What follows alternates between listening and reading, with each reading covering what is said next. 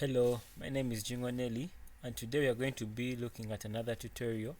But before I begin off, make sure you subscribe to the channel. It will bring you some good luck in your forthcoming exams.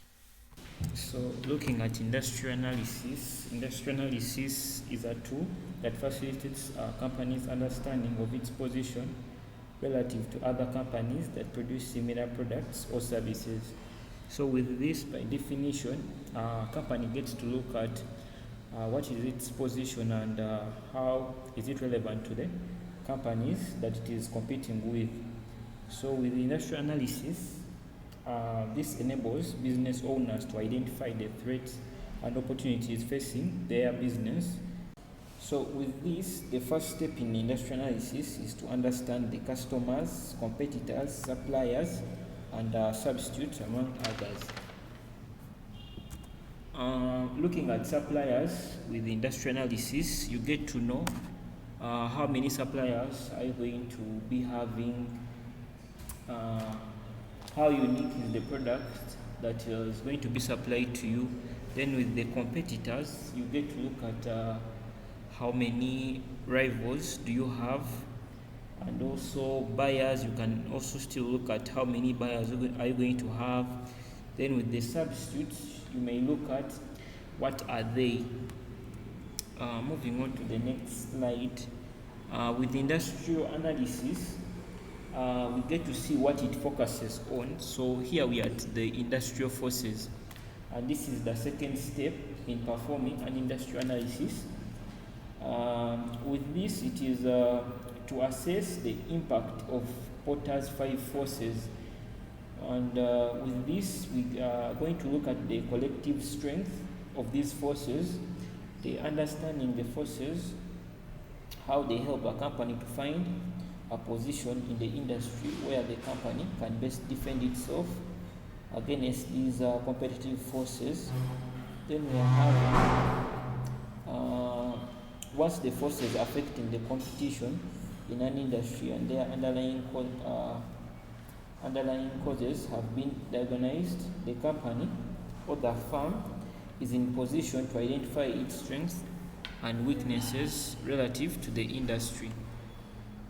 So looking at the 5 forces for analyzing competition in the industry, we are having the threat of new entrants, bargaining power of suppliers, bargaining power of customers, then the threat of substitutes, then rivalry of firms in the industry. With the next slide, we are having the industrial forces, which include the threat of the new entrants. So with the threat of new entrants, we get to look at how easy it is for firms to enter the firm, or how is it difficult for a new firm to begin competing in the industry. The ease of entry into an industry is important because it determines the likelihood that a company will face new competitors. When you look at the industries, when you look at industries that can easily enter into the market, you get to understand that some of the competitive advantages tend to weaken or decline, and with industries that are difficult to enter, you would find out that sources of competitive advantage tend to last longer, and the ease of entry into an industry depends on 2 factors majorly. That is the reaction of the existing competitors to new entrants, and barriers to market entry that prevail in the industry. So now looking at the reaction of the existing competitors to the new entrants. So with this, existing competitors are most likely to react strongly against the new entrants. Where there is a history of such behavior, you would find out that competitors, once they have invested substantial resources in the industry, and the industry is also characterized by slow growth, you would find that they would react strongly against any new entrant. And with some of the major barriers to market entry, we can look at the economies of scale, high capital requirements, switching costs for the customer, limited access to the channels of distribution, a high degree of a high degree of product differentiation, and restrictive government policies, etc. So with that, fuel stations. So these new upcoming fuel stations are struggling.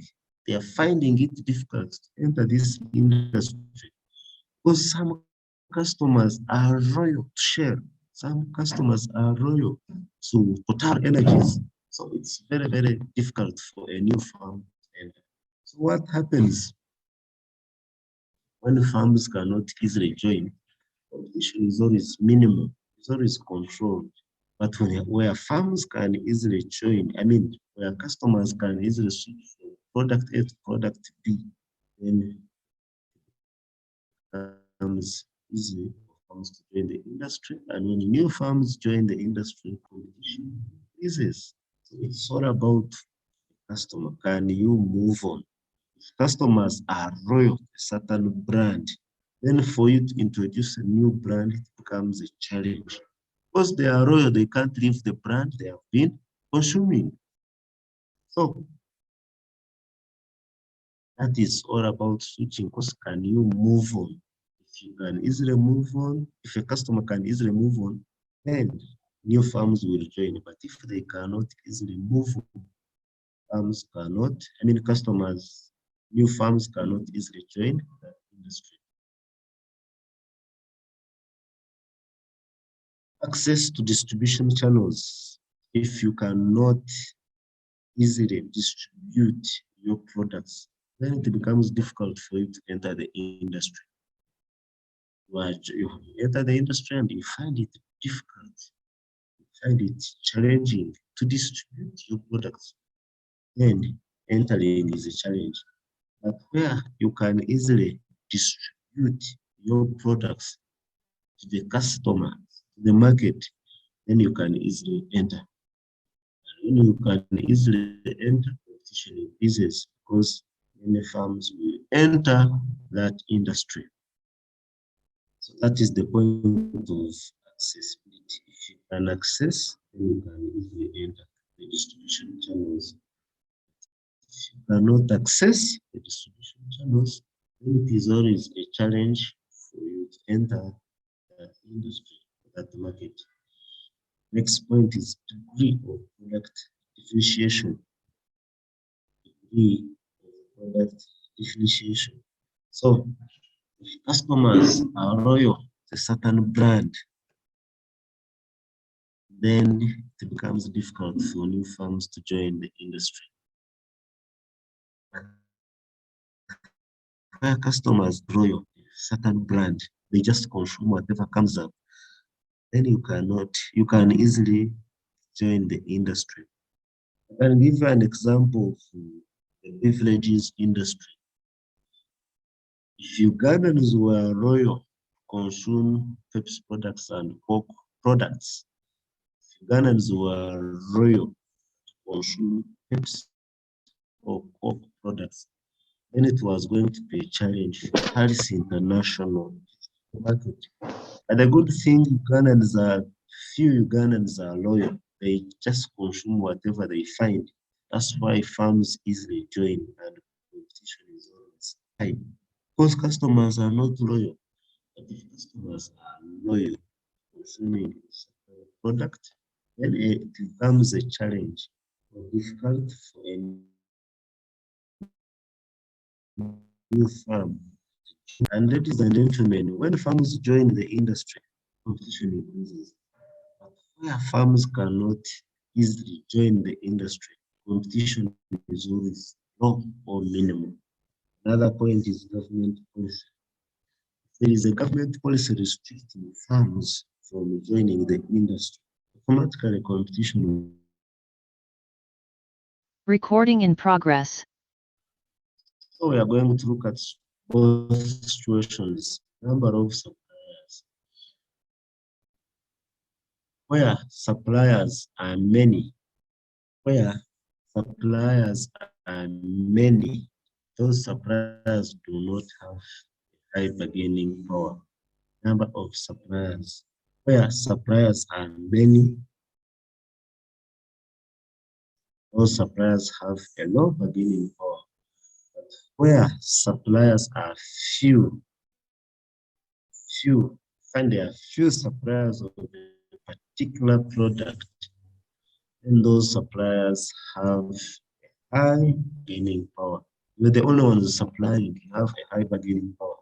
Now, where suppliers have high bargaining power, that means that they will charge high prices for their products.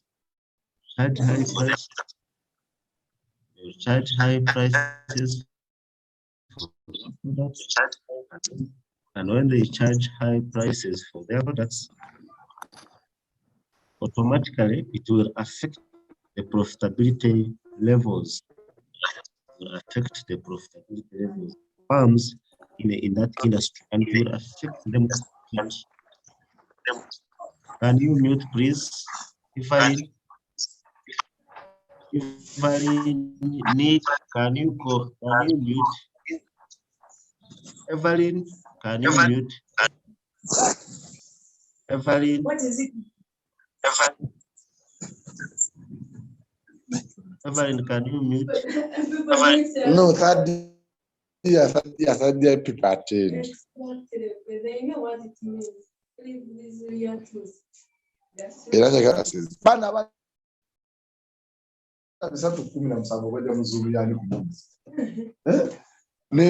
Rashid, you are on. Take evening classes for BBA. They have Rashid, you are on. Can you mute?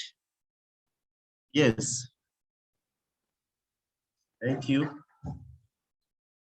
Yeah, I've seen the chats that I'm not sending you notes. I don't know. I sent notes, but I'm going to send again. I don't know why I did not receive the notes, but I'm going to send again. Okay, sir. So we are looking at the beginning of suppliers. I've said, of course, Rashid, this is a good number, 318 is good. And thank you all. Thank you all for joining this class. No, the Prime Minister is very much concerned by the attendance. He has been pushing students to attend. And we thank you, all of you, for attending. So, number of suppliers. This is the second force. We are looking at 5 forces Porter's model. Some of you came late and you're asking questions. You find yes in the middle. We have looked at the first force, the threat of new entrants. And we have said, when the firms enter, competition increases. But when the firms cannot enter, competition is always minimum. The second force of the 5 forces Porter's model, bargaining for suppliers. And we have said number of suppliers. When suppliers are few, these suppliers will be having a high bargaining power. When they have a high bargaining power, they will charge high prices for their products. When they charge high prices for their products, automatically it will affect farms in this industry. You get the inputs, you get the sources of raw materials expensively from a supplier who is very powerful. So it affects you. Your profitability levels are affected because you acquired the inputs high. I can give an example of what is happening these days. You get fuel expensively. Because fuel prices are high. At the end of the day, it will affect your profitability levels. So when suppliers are powerful, charge high prices for their supplies, and it affects businesses that are operating in that industry. But when suppliers are many, those suppliers are not powerful, If one supplier charges you expensively, you can go to another supplier. So businesses enjoy when suppliers are many because you can easily change a supplier. But when suppliers are few, businesses normally are suffocated. And when businesses are suffocated, you cannot easily compete. So number of suppliers is one of the factors consider looking at the beginning of suppliers. Number two, availability of substitutes. Ladies and gentlemen, when the substitutes are available, these suppliers will not have a bargaining. Yes, sir.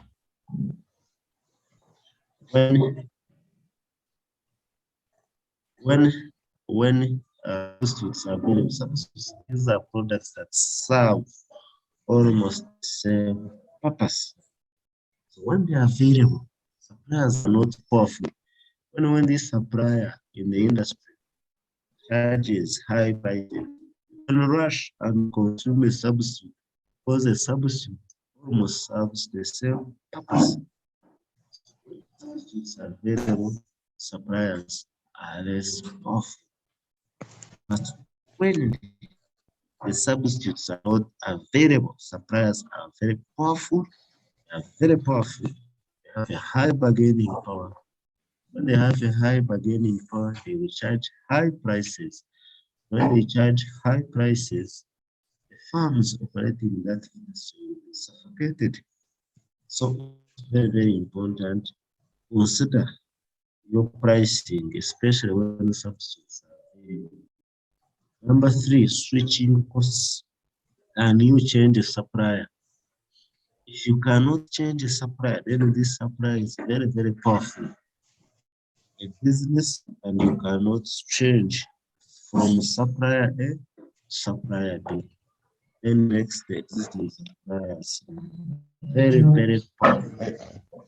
Yes, hello, sir. But if you can easily change a supplier, supplier A charges you simply, then means that those suppliers are less powerful. So the supplier in the switching also determine the bargaining power of the supplier. Good morning, madam. No, like right now we have a restaurant, then at around at 10 exactly we can have 20 people. Okay. You've been blocked for everything. Thank you. On switching costs can the switch from one supplier to another supplier. You can easily switch from one supplier to another supplier. Then those suppliers are strong enough. But if you cannot easily switch supplier, then those suppliers and Grace, can you meet Grace Esther Arvin? Grace Esther Arvin? Oh, okay, sorry. I hope this is not the Grace I know. Yes, Cedric, you have a question? She's the one.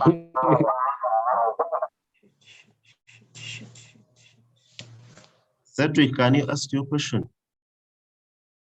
Cedric, your hand is up. Aruma Cedric, maybe you got what you wanted to ask. So, the first is the resources supplied. What are you supplying? You're supplying a resource that is unique. If you supply a product that is unique, that no other firm, no other supplier supplies, means Yes, that sir. you have a high bargaining power. Yes, sir. Cedric, I gave you a chance, you did not. Go ahead. It was the network that went down. My network. So I was inquiring now. Yes. Now for the case of national, yes, it was network. Yes. I think for the point of availability of substitutes. Yes. I can give an example of National Water and Sewage Corporation. Yes. I think even if they have to set a specific price and on water, there's no Yes. way how you can actually change from the national water to resort to another entity, because it's the only, I think it's the only entity that is responsible for The the, monopolist. Are you sure, yes, Cedric? there's no how we can choose. Yes, for the case of Cedric. national water. Hmm. No, Yeah, still it has, Unless otherwise we have boreholes there. unless otherwise you are to resort to boreholes, wells, but a good number of yes. people just prefer is national water.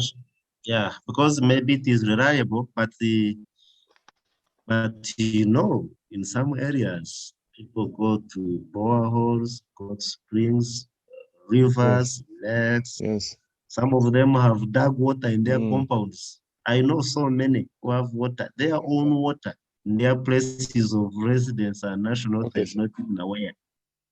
So, but on Yes, one sir. hand, you're very right. Yes, they are the monopolist, but Thank you, sir. on the other hand, yes, just to know that people have their own way. You can tap water, you can harvest water, and you survive as long as you have enough tanks. People have done that, and I think that's one of the reasons why it may not price water. Because the moment you do so, people can resort to harvesting, or they can go to springs, wells, and they get Okay, water. sir.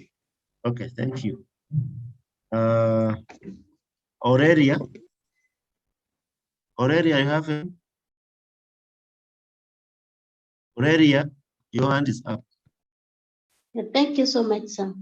Yes. My question is, like, when we are explaining these points, when we look at threats to entry, who are stepping on the side of the supplier. But now, like, when we come to suppliers, Let's of yeah, entry.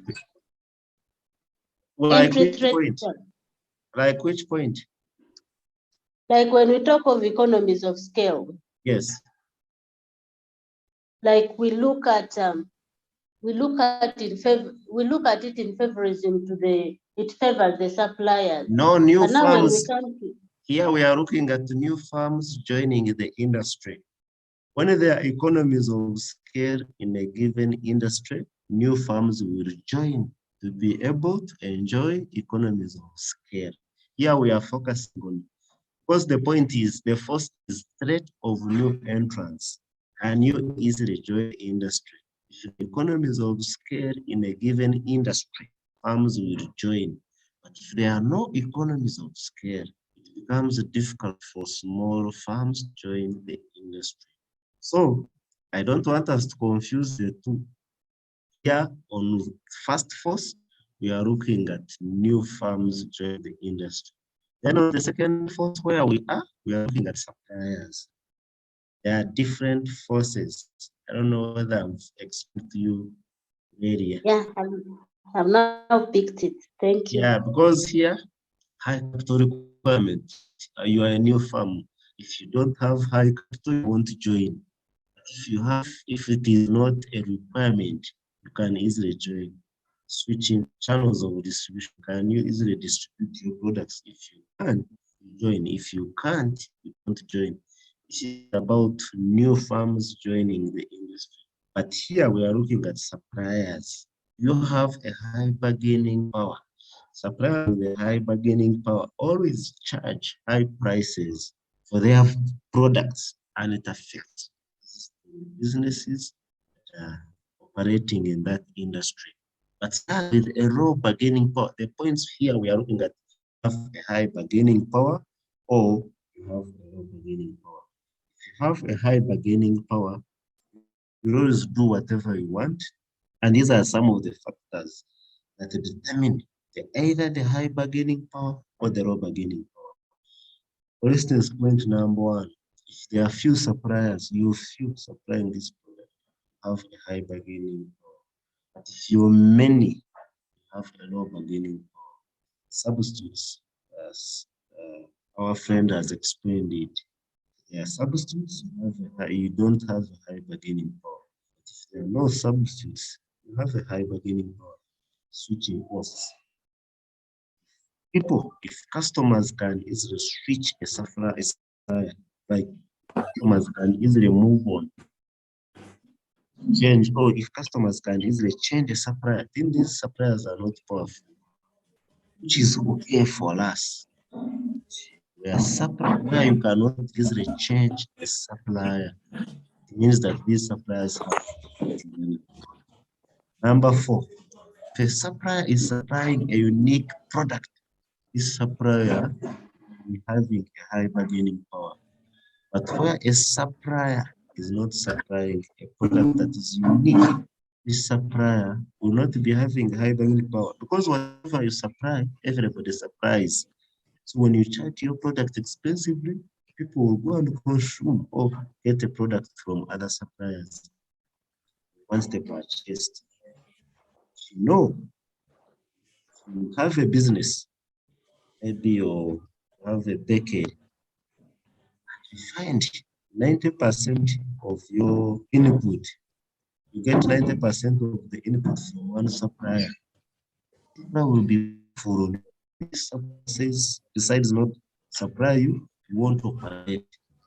So once they purchased, if you're purchasing a lot from one supplier, 90% of whatever you use is from one supplier. It just means that this supplier will be having high bargaining power. On your business, this supplier can charge high prices and you have nowhere to run to. But if there are many, if you're consuming this here, back there, then you also off that is forward integration. If there is a supplier that has the capacity to distribute products to customers, supplier is powerful. Forward integration. That is the ability to move forward. By supplier, you have the ability to distribute product, and you have the ability to even go and sell this product. That means that this supplier is very powerful. Where suppliers have the resources to move forward in the chain of distribution and take on the role of customers, and then this supplier is very, very powerful. But where suppliers do not have the ability to distribute product to the customers, then you are not powerful. Here I can give an example of farmers. Bunch of matoke, when you go to Mbarara auction, is 5,000, 10,000. That's a bunch of matoke. Heavy one, 10. Small one, 5. But because these farmers do not have the ability to transport, they are restricted. They don't have the power. They don't have the power. Their bargaining power is so low because they don't have the ability to transport bunch of banana, bunch of matoke from the farm, from the garden, from Kabusheni, Kampala. So their power, they don't have powers at all. That's why traders give them each and every, they give them each because they don't have the ability to transport products. So that's for integration. On the other hand, where a farmer, for instance, there is a certain farmer that is having vehicles. But Asuman, why are you shouting at us? Can you mute? Kalik. Asuman, Kalik. I don't know why you people normally forget and you are on mute. So, forward integration, where supplier and easily transport, and this supplier is powerful.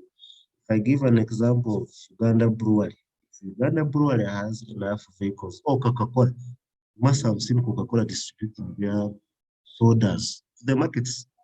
You must have seen their vehicles transporting sodas. They supply and transport. Those farms are always powerful.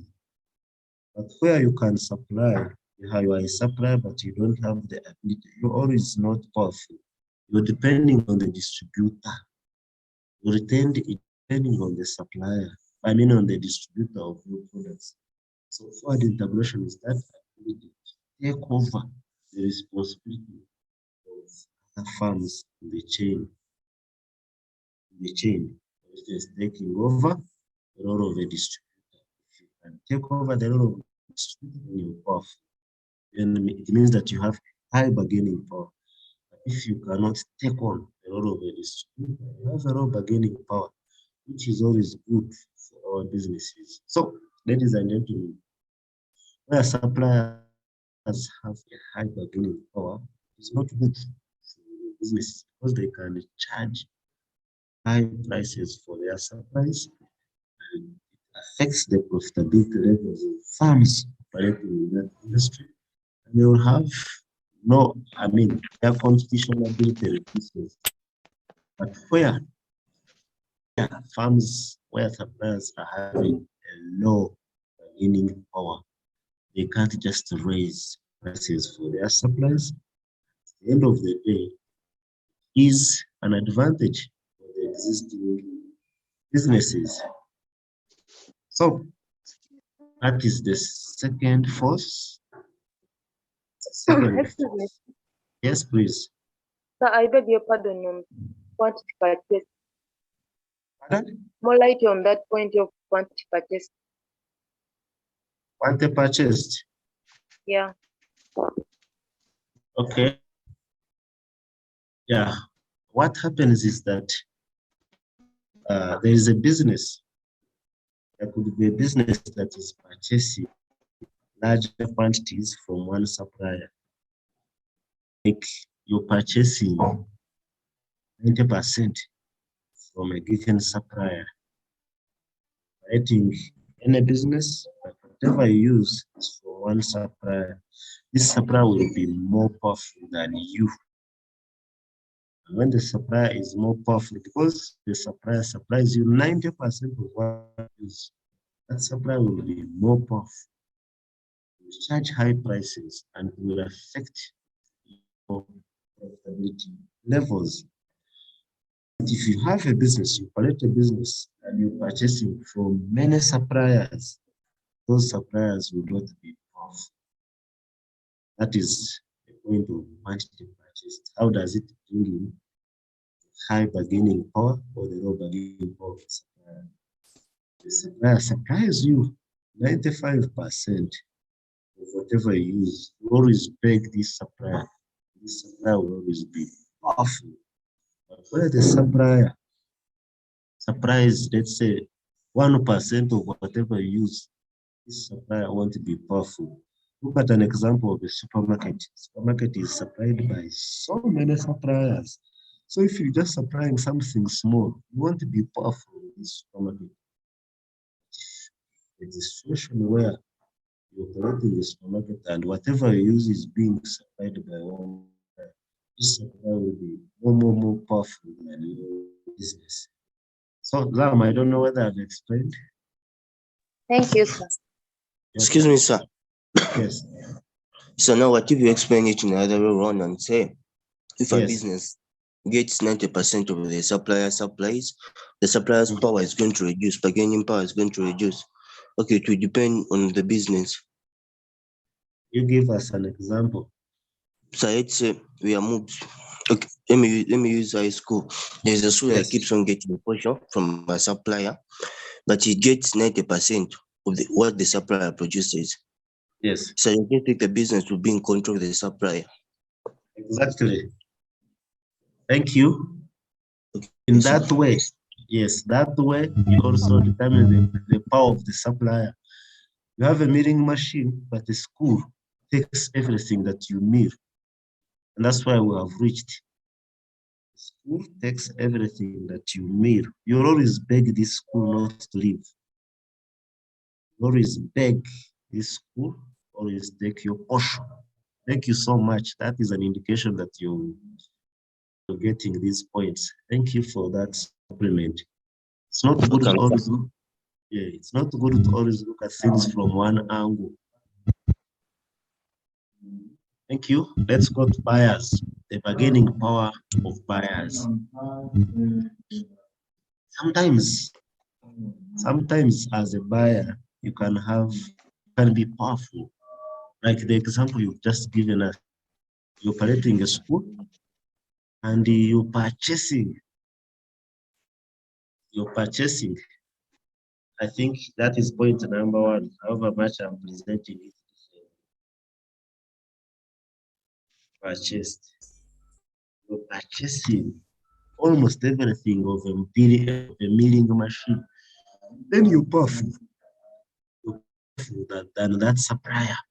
And let me tell you the beauty where a buyer is powerful. You can always negotiate for a reduction in prices, which is good for your business because you're powerful. Purchasing 90% or 100% of the milling machine.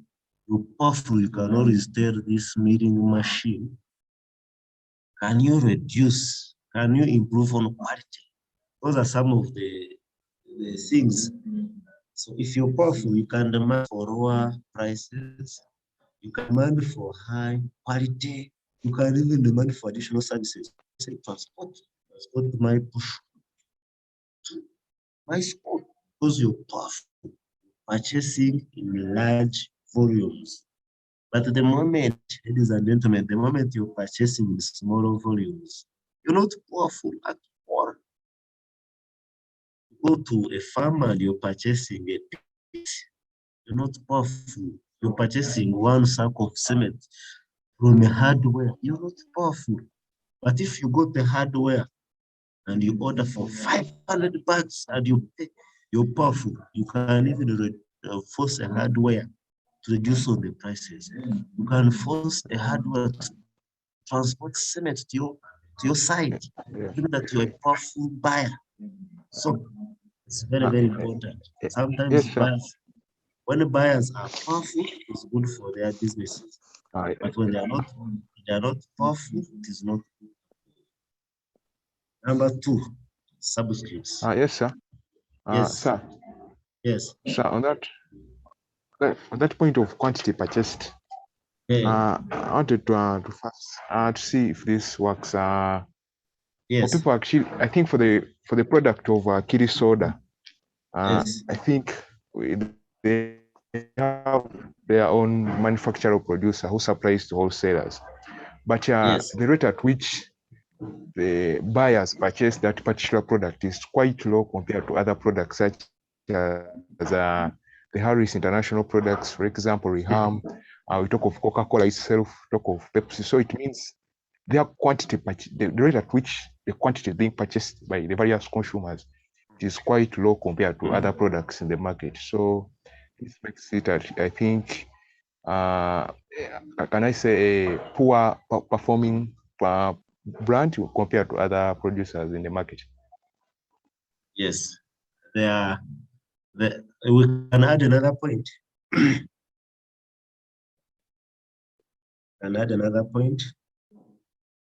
The performance of a product. There are always many points. Performance of a given product. If your product is not performing well, the product is not even product. If your product is not doing well, then you don't have a high bargaining power. If your product is doing well, you have a high bargaining power. So go to number two, the point of substitutes. Ladies and gentlemen, when substitutes are available, you have a high bargaining power. Sell me expensively, I will consume a substitute. We all know substitutes serve almost the same purpose. You said to me these days the prices of some drinks, beer is going up. But if there is a substitute, people will rush to the substitute. If your beer is costly, people will go and consume anything that is cheaper to serve the same purpose.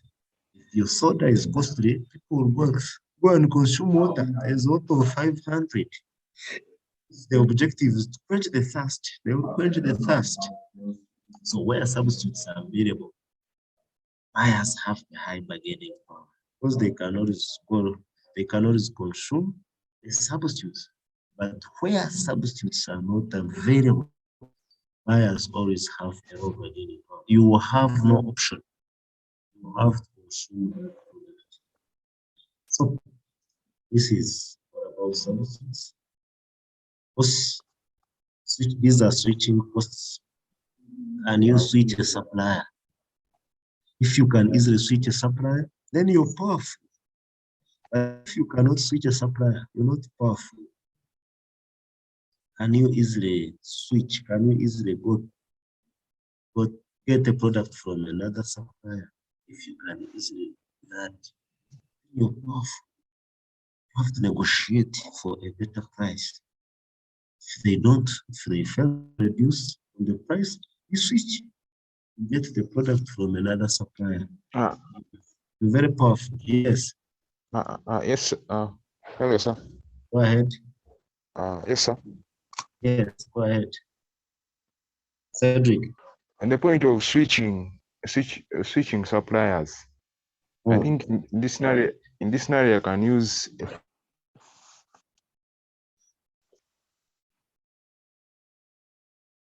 Cedric, we have got an issue of network. You are breaking. What happens if I'm Eric. a buyer and I have created a good relationship with the supplier?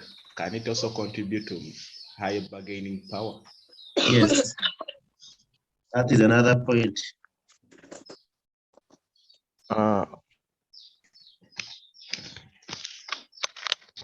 Yes. You have a good relationship, and that can give you a high bargaining power. You don't have a good relationship, you will not have any power. You will not be powerful at all. Let me explain this point and we move on. Backward integration. If you're a buyer and you have the ability, this is backward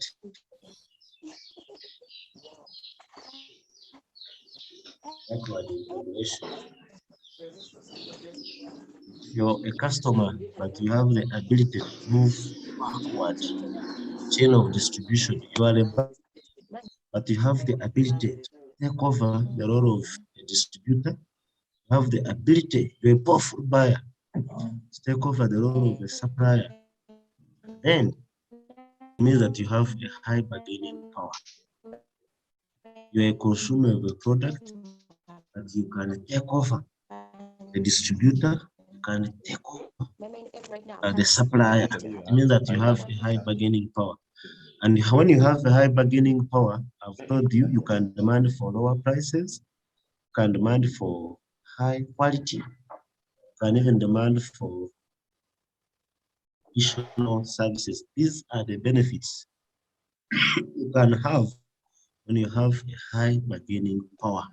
So the moment you have the ability to take over all of the distributor, all of the supplier, then you have a high bargaining power. So, sir. Yeah, please. Sir, for that point, can I give an example of African Queen? Go ahead. African Queen, it acts as, first of all, it acts as a distributor.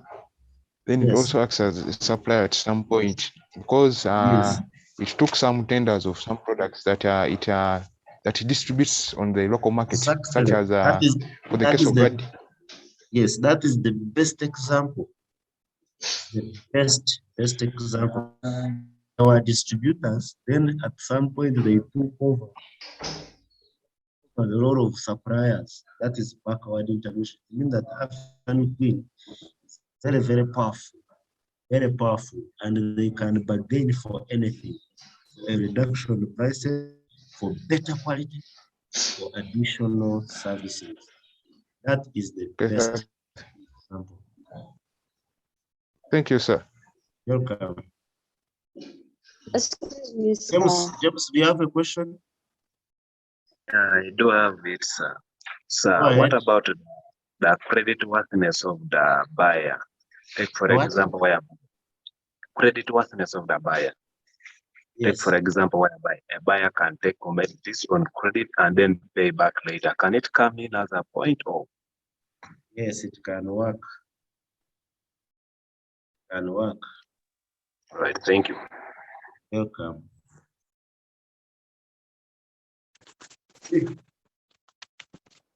Where his point is that if you are a buyer and you're always in good books of the supplier, somehow gives you high bargaining power. But if you're in the bad books of the supplier, you won't have any bargaining power. That is what James Carroll is telling us. Patience, you had a contribution, or we move on?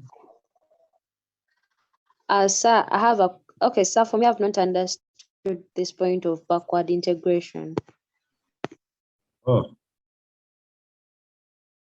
Here, you are a buyer or a customer, but you have the ability. You know, a customer is the last point in the marketing channel. So you are the last point where the product is delivered to you. But you're a customer, but you're so powerful. You are the customer, but you have the ability to take over, to become a distributor. You also have the ability to become a supplier. That means that this customer is so powerful. When you are a powerful customer like that, you can demand for low prices or a price reduction. You can demand for a high quality. You can demand for other services. Let me give an example of the hardware. Assuming that we have a hardware.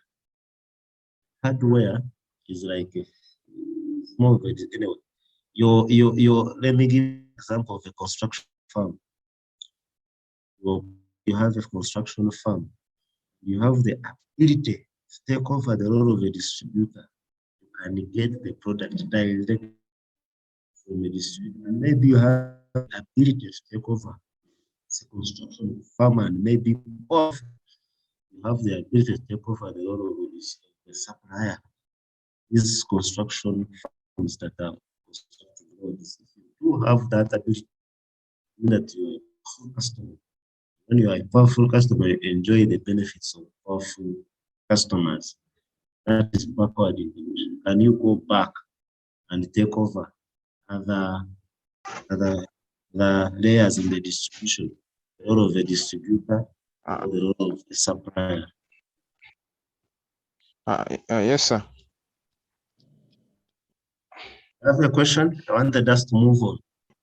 Yes, sir. The last point of creditworthiness. This point has just been raised here. It was not my own point. But the point of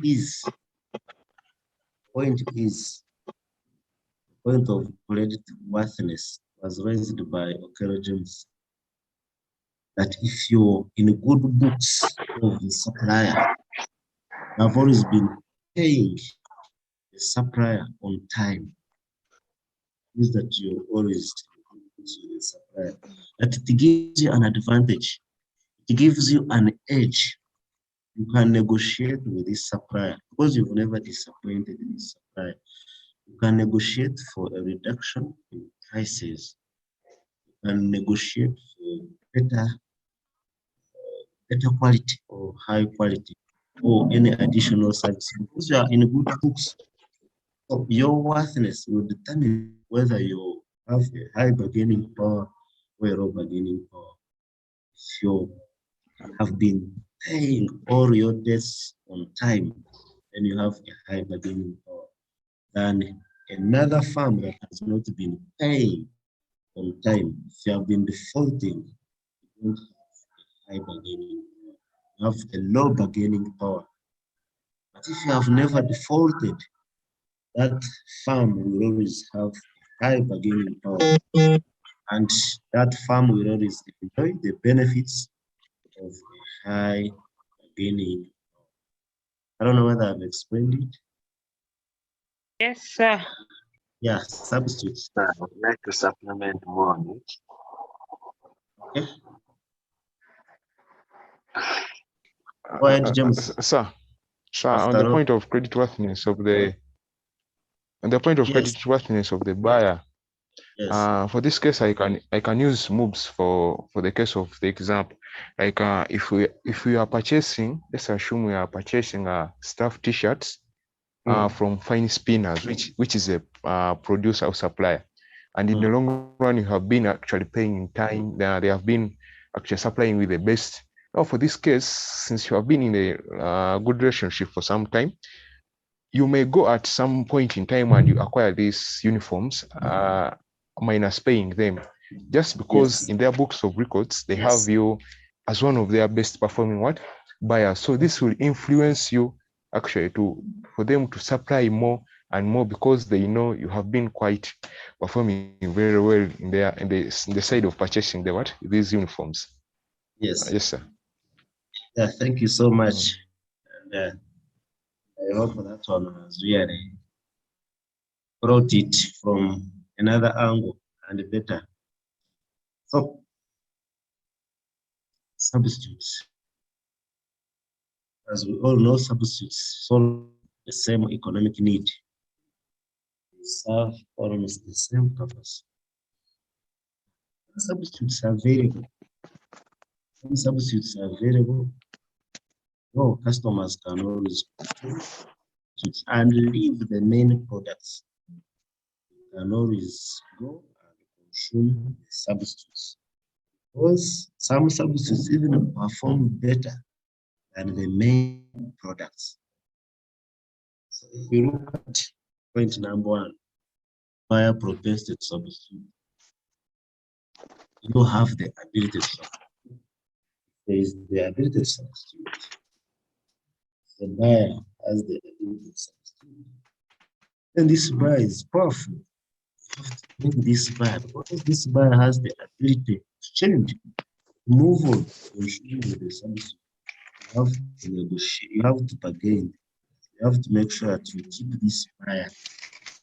You don't do anything to keep this buyer. This buyer will go and consume the substitute. Relative price. We just need a clue. If the substitutes are cheap, substitutes are cheaper than the main product, then buyers will go and consume the substitutes. It means that these buyers will be more powerful. You come where we're sitting last time. These buyers will be more powerful. You come where we were sitting last time.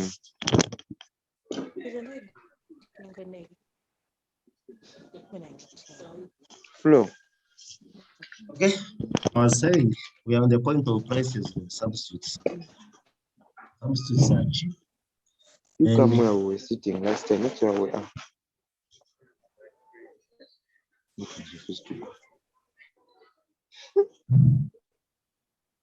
The substitutes are cheap. Buyers will consume the substitutes. They are costly. Buyers will consume the main products. Buyer switching costs. Do you incur anything to switch from the main, from pork to water? If there are no costs, just know that these buyers are always powerful. You just have to work hard to maintain these buyers. You can easily move on. To other products. You have to really work hard to keep these buyers, because they can easily move on. You have people who can easily move on. You have people who can easily be taken. They are normally in marketing, I think, called early adapters. They can easily take or consume anything in you. So if people are like that, just know you have to work hard to keep them. You have a high bargaining power, can easily move. Perceived level of product differentiation. How do buyers perceive a product?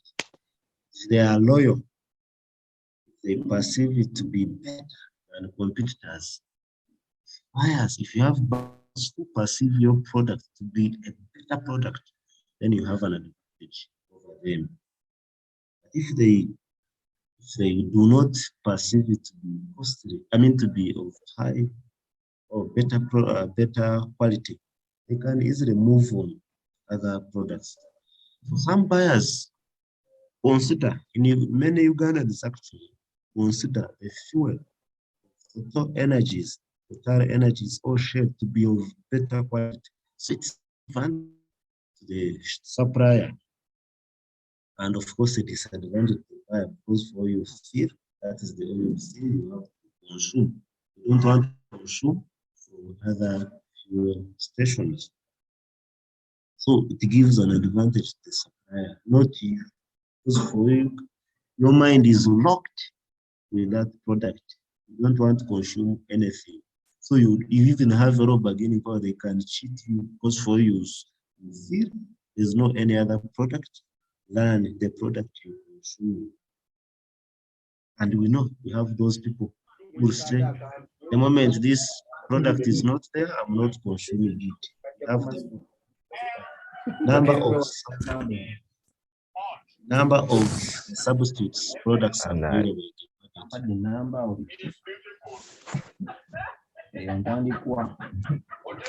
Catherine, you're shouting. Catherine.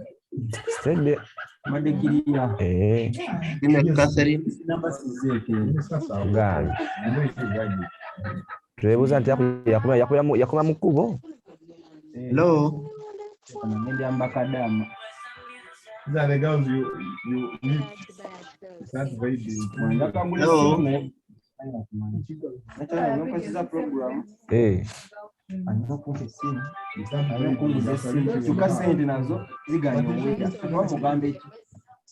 namugambye nze kumande tugenda tugule ate mande etuuse adalina okumpa sente ngamba tezibulako kati ali awo alinze agamba kati. But this Catherine talks like a man. Catherine, can you go back to your hostel? This boyfriend of yours is shouting at us. Catherine. Yes, hello. Can you mute us? Lastly, we are on the rivalry of firms within the industry. That is the main force or last force. This is what happens in any industry. There are always many firms operating in that industry. So, and they are always competing. Prices, advertising, new product introductions, expanded service offerings. They always bring something new. Quality. These are the areas of competition. Existing firms normally compete in these areas. Prices, they compete the way they advertise. Coke brings this, Pepsi brings this, MTN brings this, Airtel brings that. They always compete on new product introductions. They always add new service. They always look at ways of improving their quality. They always look at how they can increase the warranties so that they keep the customers. So this competition depends on many factors. On the number, how many are they? If there are many, competition is always high. If there are few, competition is always minimal. If they are a monopolist, with the only supplier, there is always less competition. For instance, in Uganda, there are few firms that produce, let's say, batteries. UBL is another one that had started. I don't know whether it is still batteries for vehicles. I don't know whether it is still letting. So if there are few, competition is not always high. There are many, rate of industry growth. When the industry is growing, competition is always minimal. But where industry is not growing, you have to compete not to lose a customer. But where the industry is growing, you have to work hard to keep this customer. So rate of industry growth, a growing industry, competition is while an industry that is not growing. And you can also look at it on the other way around. And when the industry is not growing, maybe few farms will join that industry. It's not growing at all. Therefore, there will be no competition. But also, when the industry is growing, many farms can join this industry, enjoy the economies of scale, enjoy those profitability in the industry that is growing. Then competition will increase. Fixed costs. When there are high fixed costs, those few farms will join this industry. There is need for high fixed costs. Few farms will join the industry. Few farms join the industry. Automatically, there will be no competition, or competition will be minimum. But where the fixed costs are not high, and every farm will join the industry, automatically, competition will initiation. Competition is always is minimum, but where there is differentiation, competition is always high. Exit barriers. Can you exit this industry? You can easily exit, fine. Therefore, competition is minimum. But if you are in the industry and you cannot easily exit, you have to stay there and compete in that industry. Where there are so many, where there are exit barriers, whereby the moment you've joined, you cannot easily leave. You have to stay there and compete. So these are the 5 forces Potter's model. 5 forces Potter's model. The rivalry of farms, the availability of subsidies, bargaining power of suppliers, the threat of entrance. And that marks the end of industry analysis and market analysis. Because I told you at the beginning that when you're looking at external environmental analysis, look at the macroeconomic factors, look at industry analysis, market analysis, before you sum it all with ETOP, which we are going to see later. So, market analysis. When you're looking at market analysis, you need to look at attractiveness. This market you are evaluating, the market analysis is all about evaluating the attractiveness of the market. Is this market attractive or is it not attractive? You're also evaluating the dynamics. Trying to understand the dynamics of the market. So when you're looking at the market analysis, basically you're looking at whether the market is attractive currently or in the future. Is it attractive today? Is it worth it? Worth joining? Worth joining? Because when you're looking at future attractiveness, you have to see, are there opportunities in the future? Or there are no opportunities. Very, very important. And you can tell that critically price. And of course, as you're trying to look at the opportunities, the availability of opportunities in the market, you have to keep comparing them with your strength. We have the strength to be able, to be able to fight opportunities, the opportunities that are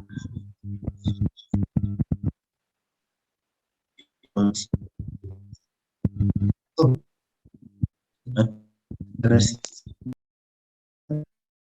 know whether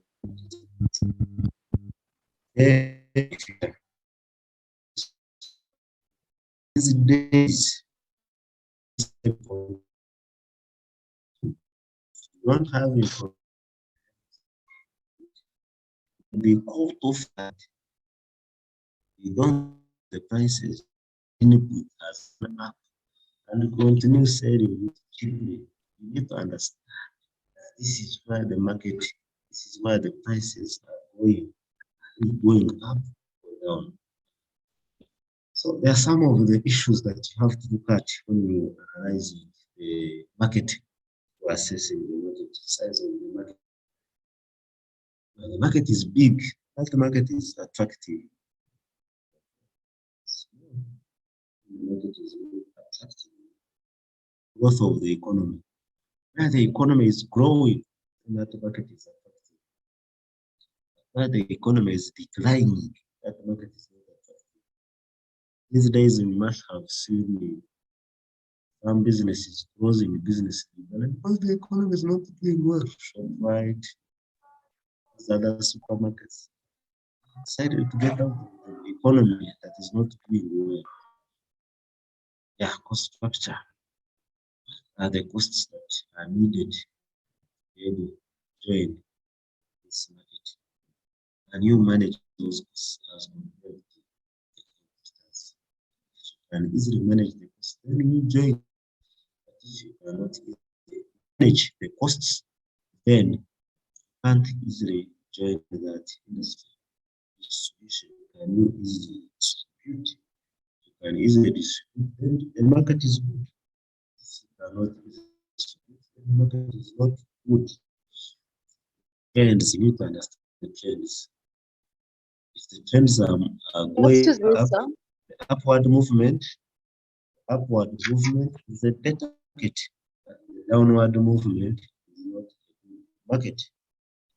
Excuse me, sir. Yes, please. Sir, you are Go so ahead. fast. We are not getting you. Under the elements of market analysis, you are so fast, sir. We are not getting the point. Actually, you're very low. Yeah, Sorry, even the volume is very low. Sorry, on which point? All points. All the points. Now you can all the points. Yeah. Yes. See, let me tell you the truth. There is a variation in the number of students entering and leaving. So if you leave, you find us when we have moved. We started, we were like 320. Now we have 267. If you join, if you get out and join when we have moved, really, do us back. Anyway, I can explain them. Size of the market, I've said. When the market is big, such a market is attractive. If the market is small, that market is not attractive. Then I've said growth. You see, we cannot remain on one thing.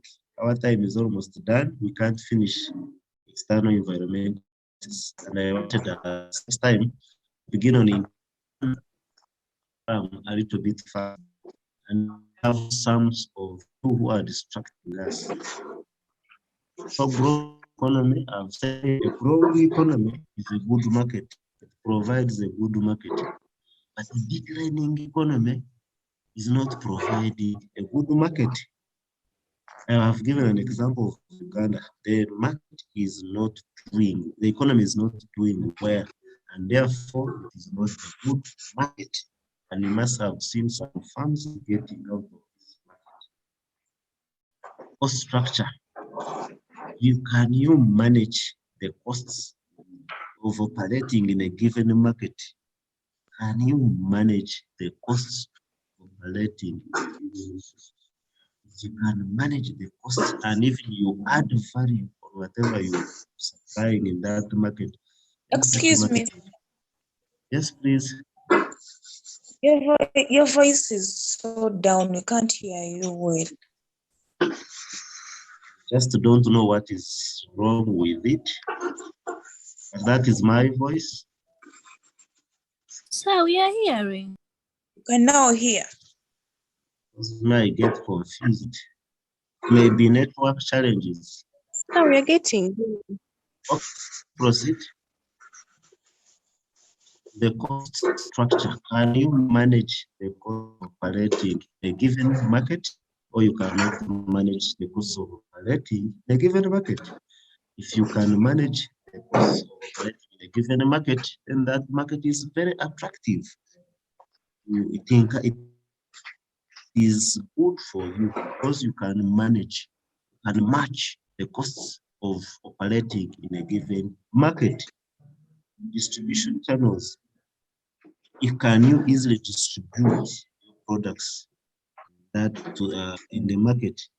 You can easily distribute your product in a given market, then that market is attractive. But if you cannot easily distribute your products, then that market is not attractive, because you are looking at attractiveness of the market. Market analysis is about the attractiveness of the market. You look at market trends. We have upward and downward trend. Upward and downward trend. An upward market trend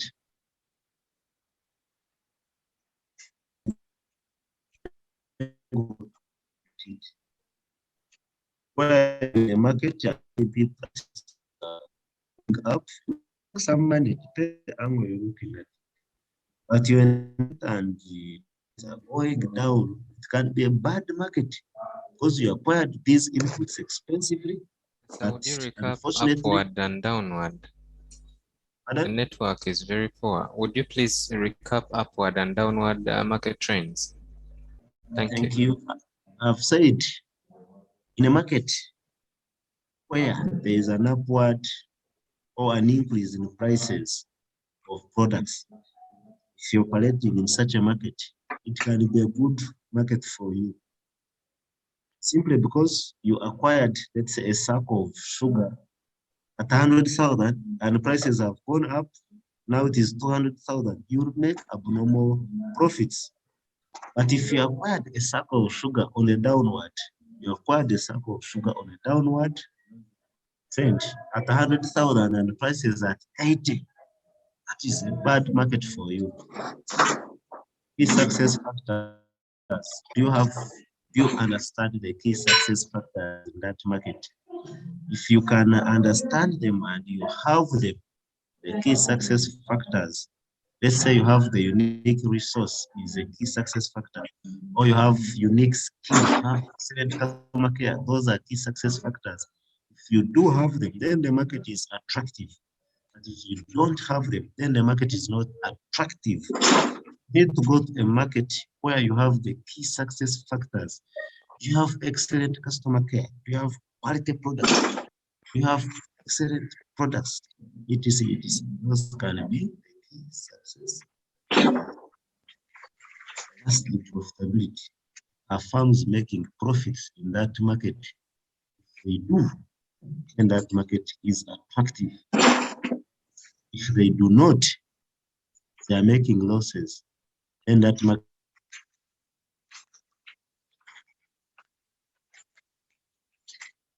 is not making, only that the market is attractive.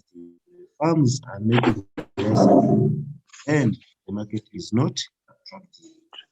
So when you're looking at these points, you have to bring in the point of attractiveness of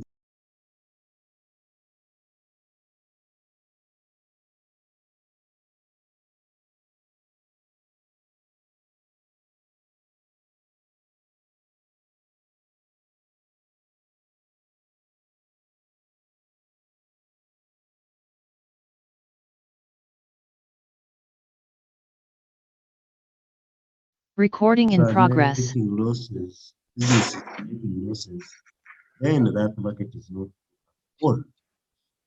So these are the three elements of external analysis: macroeconomic factors, industry, and market analysis. That's the end of external analysis. Now, sum up external analysis. We look at what we call environmental threats. Excuse me, sir. Yes. Under the elements of market analysis. Yes. And the points apply to both the farms and the customers. Like which one? Like all the points. Did you apply to Yeah, the customer? you can use both farms and customers. For instance, here on the profitability, the priced farms are farms making profits. If they are making profits, then the market is attractive.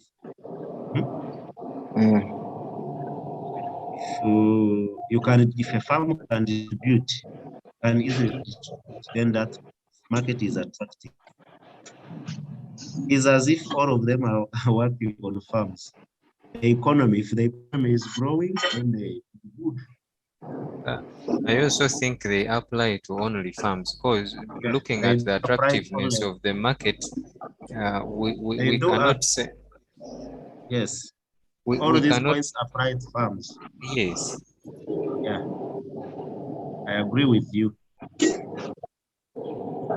Farm, do you have the key success factors? Can you offer excellent products? Can you offer excellent customer care? They do apply to farms because they are the farms competing in a given market. Sir, supplement on size of the market. Yes, please. The size of the market, like we look at Uganda as having a bigger market, but do we judge or determine the size of the market depending on the niche you want to operate in and the market target? Because the market is big, but what niche are we going to operate in? Yes. Besides the size of the market, we can always look at the niche. For instance, if I want to begin a school, I can easily say that there is a market because of the high population growth rate of the country. It is a primary school or nursery school. So size of the market, you can always look at the niche. What is that market segment that you're targeting? Is it big? If it is big, then that is good. If it's not, that is not. I just want us to look at. Can size of the market be quite misleading? Because, like you brought in that example of a school, but you find that you make a market research, there is enough population, say in the area you ought to start up a school, but when you put up a school, such a population or market cannot turn up to take or consume the service. How would you comment about it? Now, we are all business people, scholars or students. Now, you need to do market research. You need to do market research. And you've done your market research, maybe you have established that there is a high population growth rate, which is okay. And you put up a school. Now we need to look at the level of income of the people you're targeting. If you would go to ghetto and you put up a high profile school, you think you will get the customers? If you go to ghetto, you have to put up a school that matches people's incomes. Sometimes you have to look at the population you're targeting. If you're targeting high, then you target that class. That is the niche you're targeting. If you're targeting low class, then you have to make sure that you don't charge expensively. If you charge expensively, you may not get the students. And if the services are poor, no. These things are the ones that determine. Yes, David, your hand is up. Well addressed, sir. Yes, thank you. David Underbutt. Yes, please, sir. Yes, go ahead. Thank you so much for today's class. I just wanted to add on about the question this guy was asking, that is it not misleading? These are points that are not standalone. They are not independent points. Yes. Much as you're doing the market research and has shown that the population is there or the target market is there, it also needs other factors in order for you to propel the investment or the business that you're undertaking. So it's not just a standalone point that so much as the market is there, I have to go in. Just like the way you have said, if the population is there, you have seen that there's a target of school-going children? What about the income levels of the people that you're targeting? Yeah, so it's not just a standalone point that you're going to base on to start up a business or to undertake such an investment. Thank you. Thank you, David. Thank you so much. I would like to challenge David. And I think you should always come in to provide a better explanation. David is our colleague now. So I would like to challenge David that I've ever started business. We are now in education, but in the practical world, you can do some things and they fail. David is a scholar, but me, I'm a practical person. I've been there. You start a business. Did you try to find out? Yes. I made a market research and the income levels of those people were quite high, right? Yes. In fact, my intention was to put a butchery, of which I put. Yes. Now, after putting it there, I realized that the people, they were in fences and they were driving Porsche cars, but they could not buy kilos of meat every day. You understand? So sometimes this size of the market, David is saying that it is not independent or whatsoever. It can be misleading to some extent. That is very true, James. That is very true. You can look at this. That's the reason why these supermarkets are even failing. They did market research. So everyone driving a car, they thought these people would consume or purchase from a supermarket, when actually they do not. So like that butcher, many people shop from a supermarket. They can easily bypass your butcher. They leave the supermarkets with those Porsche cars with meat. They can easily leave or not consume your butcher. I mean, meat from your butcher. It's very, very true. Sometimes is you have to look at anyway all the issues. Sometimes you can do it, it works. Other times you can do it and it fails. Lastly, I want us to look at the last component so that next time we begin on internal analysis. When you look at all the three elements, of external analysis, the macroeconomic, industry, and the market, you need to come up with a profile. And this profile is what we call external threats and opportunities profile. It's a process by which organizations monitor their environment to identify. If you want to identify the opportunities and threats from the environment, you come up with a profile, which we call environmental threats and opportunities profile. It sums up the three elements, sums up the market, the industry, the macroeconomic factors. And how do you do it? You just have to subdivide the environmental sector into subsectors. Then you assess the impact of each subfactor on the organization. You have to break down the environment, political, social, economic, etc. Then you assess the impact on the organization. The impact is positive. The impact is positive, it becomes an opportunity. The impact is negative, it becomes a threat. Of course, I will have to explain it further. For instance, you look at the external environment, which has so many issues. So it's time for finance. Yeah. You look at the environment, then you try to understand what is in the environment, political stability, that becomes an opportunity. You look at all the issues that are political and their impact. What is the impact? Is it an opportunity or a threat?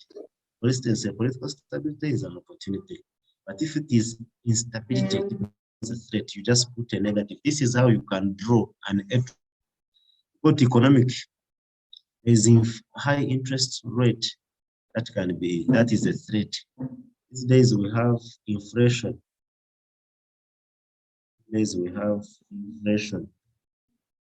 That is threat. Look at technology. So you have to look at all the components of the environment, you subdivide them to the categories, then you look at the impact of each system opportunity. And this is how you come up with a network. Yeah, it is already time. Maybe I will begin with it. Thank you so much for watching. Make sure you subscribe to the channel.